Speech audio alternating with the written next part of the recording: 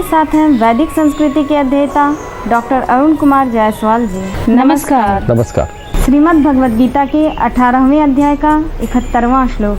श्रद्धावान न सूयश्च शृणुयादपि यो नरः सोऽपि मुक्तः शुभान् लोकान् प्राप्नुयात् पुण्यकर्मणाम्।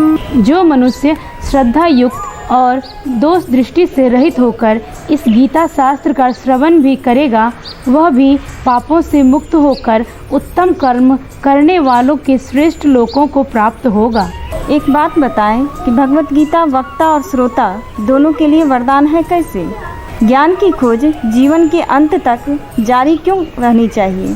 साथ ही हमें यह भी बताएं कि गीता के अनुसार श्रद्धा क्या है और मानव मन का स्नान क्या है। हमारी भी एक जिज्ञासा है कि दोषारोपण करते रहने वाले व्यक्ति क्या ज्ञान प्राप्त कर सकते हैं? अगर नहीं तो क्यों? हमारी शिक्षा के पतन का क्या कारण है? साथ ही यह भी बताएं कि विद्यार्थियों में आत्ममुग्धता का भाव आ जाना उनके लिए क्यों हानिकारक है। भगवान इस श्लोक में कहते हैं, वह व्यक्ति समस्त पापों से मुक्त हो जाएगा। ऐसा व्यक्ति जो सिर्फ श्रवण कर रहा है, सत्कार करने वाले जैसा उच्च लोक मिलेगा। वह इसी जीवन में सदाचार के उच्चतम स्तर को प्राप्त करेगा। यह श्रोताओं को दिया भगवान का वचन है। भगवत गीता वक्ता और श्रोता दोनों के लिए वरदान है। जबकि यह विषय इतना महान और उच्च है, यथार्थ में जब हम स्वास्थ्य जैसे विज्ञान के विषय को भी लेते हैं और जब कोई इस विषय पर बोलता है तो इसे सुनते हैं, यह हम सब के लिए कितना लाभप्रद होता है। समस्त विषय इतना पवित्र है, कौन सा विषय पवित्र नहीं है? प्रत्येक वस्तु जो मानव जीवन को ऊपर उठाए उसमें इस प्रकार की योग्यता होती है, वो सभी पवित्र है। अतः जब हम आध्यात्मिक जीवन पर बोलते हैं, उच्चतर आध्यात्मिक अनुभवों पर या मानव की कार्य प्रणाली पर बात करते हैं, वह एक गहन रहस्य है। एक पुस्तक रीडर डाइजेस्ट ने प्रकाशित की है। इसमें शरीर के प्रत्येक अवयव की बात कही गई। पहला पाठ है, मैं आपकी थायराइड ग्रंथि हूँ। थायराइड ग्रंथि बता रही कि वह हमें क्या करने जा रही है तथा उसे पढ़ने पर हम थायराइड ग्रंथि के बारे में सब कुछ जान सकते हैं। मैं आपका अमाशय हूँ। अध्याय में अमाशय के विषय में सब कुछ बताया गया है। मैं आपका स्नायु तंत्र हूँ। इस प्रकार हम स्नायु तंत्र के बारे में जानकारी लेते हैं। इस पुस्तक में संपूर्ण विषय को लेकर जब हम इसको पढ़ते हैं तो वेद की तरह हमें सच्चा ज्ञान मिलता है, जिसे पढ़कर हमारा जीवन श्रेष्ठकर से श्रेष्ठकर बनाया जा सकता है। इस प्रकार श्रद्धा के साथ अगर हम कोई व्याख्यान सुनते हैं तब वह फलदायी है। सुनना उतना ही महत्वपूर्ण है जितना बोलना। इस विषय पर और जानना चाहता हूँ, यह दृष्टिकोण है सुनना। इसका अर्थ है मानव जीवन का मानसिक स्तर उठ रहा है, जैसे बच्चे के स्तर। कोई शारीरिक स्तर पर होता है, केवल भोजन और आराम से मतलब होता है।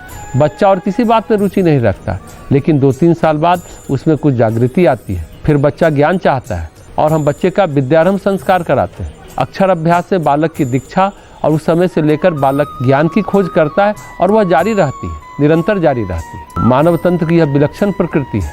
वह अपने ज्ञान और समझ के क्षितिज को वास्तविकता के क्षेत्र में बढ़ाता रह सकता है। इस प्रकार ज्ञान की खोज जीवन के अंत तक जारी रहती है, जब तक हम उस असीम आत्मा को नहीं जान लेते हैं, जहाँ ज्ञान की परिणति अंतिम वास्तविकता के उच्चतम अनुभव से होती है। ब्रह्म ज्ञान जो किसी को प्राप्त होता है वह उच्चतम अनुभव है। ब्रह्म वास्तविकता की समग्रता है। अतः श्रद्धावान व्यक्ति जिनमें यह दृष्टिकोण होता है कि मैं ज्ञान की खोज में हूँ, प्रत्येक वैज्ञानिक में श्रद्धा होनी चाहिए, प्रत्येक धार्मिक व्यक्ति में भी श्रद्धा होनी चाहिए। ज्ञान के प्रत्येक खोज के पीछे श्रद्धा होनी चाहिए। आखिर ये श्रद्धा है क्या? ज्ञान की खोज के पीछे एक अर्थपूर्णता है। प्रकृति में जानने योग्य कुछ है और मैं इसे खोजने के लिए हूँ। इसे पूर्व श्रद्धा कहते हैं, अथवा जिस खोज में हूँ उसमें विश्वास। एक व्यक्ति जिसमें श्रद्धा नहीं है वह ज्ञान की खोज नहीं करेगा, क्योंकि वह व्यक्ति पहले से जानता है कि इस जगत में खोजने योग्य कुछ है ही नहीं। तब दूसरा व्यक्ति कैसे एक वैज्ञानिक खोजकर्ता बन जाता है? क्योंकि वह व्यक्ति जानता है कि कुछ है, उस व्यक्ति ने उसे देखा नहीं, लेकिन उसका उसे विश्वास है, इसलिए वह व्यक्ति वैज्ञानिक बन जाता है। यह स्थिति धर्म की भी है। हम भौतिक जगत के पीछे कुछ है, मैंने उसे देखा नहीं, लेकिन मैं जानता हूँ कि कुछ है और मैं इसकी खोज में हूँ, और वह व्यक्ति महान आध्यात्मिक साधक बन जाता है। दोनों ही क्षेत्र में प्रारंभिक श्रद्धा की आवश्यकता है। इसके बिना हम एक अच्छे वैज्ञानिक या अच्छे साधक नहीं बन सकते। एक व्यक्ति झील में मछली पकड़ने जाता है, इसके पीछे क्या श्रद्धा है? वह जानता है कि झील में मछलियाँ हैं, उसने एक भी नहीं पकड़ी है, लेकिन वह जानता है कि इसमें मछली है। मान लीजिए वह व्यक्ति जानता है कि उसमें मछलियाँ नहीं है, तब क्या वह व्यक्ति उसे मछली पकड़ने जाएगा? एकदम नहीं जाएगा। उसे लगेगा यह केवल श्रम का अपव्यय है। अतः श्रद्धा आवश्यक है। भगवान श्री कृष्ण ने पहले के अध्याय में कहा, श्रद्धावान लभते ज्ञानम है। वह जो श्रद्धा युक्त है ज्ञान प्राप्त करता है, दोनों भौतिक और आध्यात्मिक। तो इस श्लोक में कहते हैं वह व्यक्ति मन का दोषदर्शी नहीं होना चाहिए। एक दोषदर्शी व्यक्ति ज्ञान की खोज नहीं कर सकता है। हमारी शिक्षा का पतन तो इसलिए हुआ है क्योंकि हमारा ज्ञान के प्रति प्रेम नहीं है, वह न्यूनतम हो गया। यह हम विश्वविद्यालयों में आयोजित व्याख्यानों में देख सकते हैं। विगत 50-60 सालों में, विशेषकर स्वतंत्रता प्राप्ति के बाद, इन व्याख्यानों का कोई अर्थ नहीं रहा। विश्वविद्यालय में जब कोई विख्यात व्यक्ति भाषण के लिए जाता है, कठिनाई से, मुश्किल से, कुछ लोग सभा में आते हैं।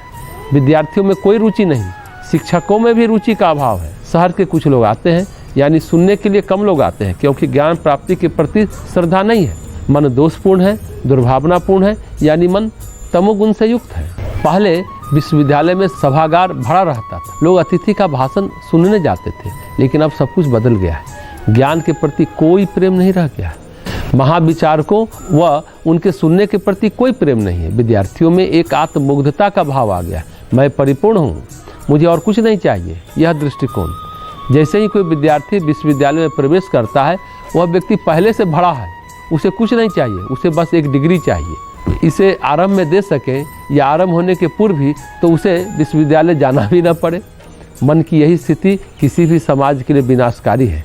जो भी महानताएं हमने विनिर्मित की है, वह सब इतिहास बन जाएंगे। आधुनिक इतिहास इतना क्षुद्र होगा, इसकी कल्पना भी नहीं की जा सकती थी। इसलिए यह यज्ञ सर्वप्रथम हमारी शिक्षा में आनी चाहिए।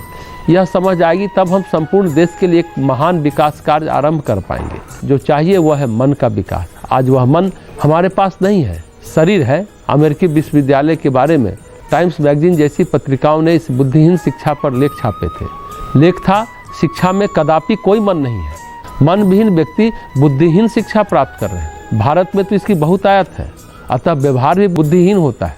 व्यवहार में मन को युक्त नहीं किया जाता। यह सब बदल जाएगा जब ज्ञान के लिए विशेष ज्वर हमें पकड़ेगा, विशेष बुखार हमें पकड़ेगा, तब समस्त राष्ट्र ज्ञान का भूखा हो जाएगा। इसे ही ज्ञान यज्ञ कहते हैं। लोग ज्ञान पिपासु होकर प्राथमिक स्कूलों, हाई स्कूलों, महाविद्यालयों और विश्वविद्यालय में जाएंगे। यह किसी भी समाज की महानता का जड़ है। हमारा इतिहास भी यही कहता है, पश्चिम का इतिहास भी यही कहता है। हम इसे भूल चुके हैं, हमें इसे पुनः प्राप्त करना है। भगवत गीता ऐसी पुस्तक है जो हमें इन सब दिशाओं में प्रेरित करती है। केवल चारित्रिक विकास में ही नहीं, सेवा भाव के विकास में भी, अपितु ज्ञान के प्रति प्रेम के विकास में भी। भगवान बार बार इसका उल्लेख करते हैं, ज्ञान सर्वोच्च है, विद्या सर्वोच्च है। ज्ञान के समान पवित्र कार्य और कुछ नहीं। धोने का साबुन और पाउडर शरीर और वस्त्रों के लिए शुद्धिकारक है, लेकिन मानव जीवन, मानव मन केवल ज्ञान के द्वारा शुद्धिकृत होता है। ज्ञान की महान स्तुति, ज्ञान की अद्भुत साधना अत्यंत प्रशंसनीय है। भारत में मानव मन में इस प्रकार का पागलपन आना चाहिए। ऐसे लोग भौतिक जीवन के अलावा आध्यात्मिक जीवन में ऊंचे से ऊंचा जाते हैं। भारतीय विचार के प्रकाश में इस प्रकार की सांसारिक शिक्षा धीरे धीरे असांसारिक स्तर पर घुल जाएगी। यह एक निरंतर शिक्षा है। हम सांसारिक स्तर पर ही नहीं ठहर जाते। मार्ग में बहुत सारे ठहराव हैं। प्राथमिक विभाग, हाई स्कूल विभाग, महाविद्यालय विभाग, विश्वविद्यालय विभाग, यह सब बस एक यात्रा के अत्यंत छोटे छोटे पड़ाव हैं। ज्ञान स्वयं वहाँ नहीं रुकता। हम किसी स्तर पर रुक सकते हैं, लेकिन ज्ञान जारी रहता है। यह दृष्टिकोण आना चाहिए। जब हम विश्वविद्यालय की समस्त शिक्षा समाप्त कर लें, हम आंतरिक क्षेत्र में अपनी सत्य प्रकृति को समझने की शिक्षा के जीवन के उच्चतर मूल्यों को प्राप्त करने के लिए जारी रखें। अतः ज्ञान जारी रहता है। रामकृष्ण परमहंस कहते थे, मैं जब तक जीवित हूँ तब तक ज्ञान प्राप्त करना जारी रखता हूँ। यूनेस्को भी हमें यह विचार प्रदान करता है, ज्ञान प्राप्ति जीवन पर्यंत चलते रहना चाहिए। आवश्यक नहीं कि यह केवल संस्थागत हो। जब हम स्नातक या स्नातकोत्तर शिक्षा प्राप्त कर लेते हैं, तब हम शिक्षा से हट जाते हैं और अधिक संस्थागत ज्ञान से भी, लेकिन स्वयं का जीवन जारी रहता है। इसलिए ज्ञान की खोज भी जारी रहनी चाहिए। इसे जीवन पर्यंत शिक्षा कहते हैं। वेदांत तथा आधुनिक विचार का यह सुंदर विचार भगवान इस श्लोक में हमें बता रहे हैं कि श्रोता और वक्ता दोनों के लिए वरदान है। दोनों को उच्च लोक मिलेगा, बस मन दोषपूर्ण न हो। उद्देश्य वक्ता श्रोता का ज्ञान यज्ञ का हो, सिर्फ धन पद या यश की प्राप्ति न हो। श्रद्धा होनी चाहिए श्रवण के समय, तो हमारे लिए वरदान बन जाएगा और हमें उच्च लोक भी मिलेगा, ऐसा भगवान का आश्वासन भी है।